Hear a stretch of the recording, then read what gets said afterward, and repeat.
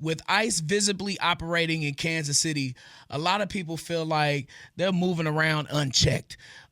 You voice concerns and supported ordinances, but for everyday Kansas Cityans, especially black residents who already know what it feels like to be targeted, there's real fear and confusion. If someone is confronted by ICE, Mayor Lucas, what legal authority do those officers actually have in our city?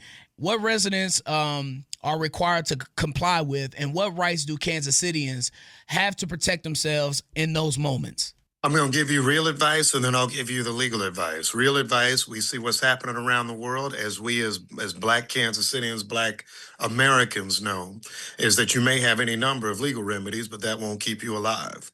So make sure that you, unfortunately, in some situations, even if it's unlawful, follow the instruction. Stay alive. We can get you lawyers. We can get you connected afterwards. That's going to be step one. What is it that they can legally do?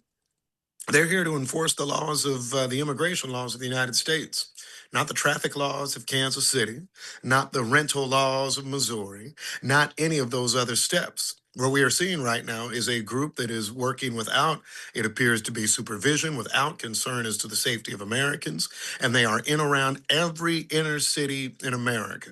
Let me tell you something straight up.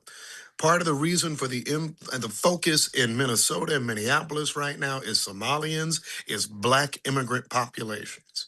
Full stop. You got immigrants in every city in America. You got them all around, and you've got thousands right now in Minneapolis, which is a matter of population. I believe actually has fewer people than Kansas City, Missouri. And so let's make sure that we fight where we need to fight.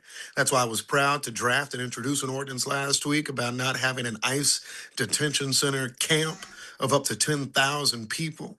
But in the meantime, make sure you do what you can to stay alive. Remember that black people have always been the center of our civil rights struggle, and that continues today, no matter the color, no matter the origin of the people who are being impacted day by day.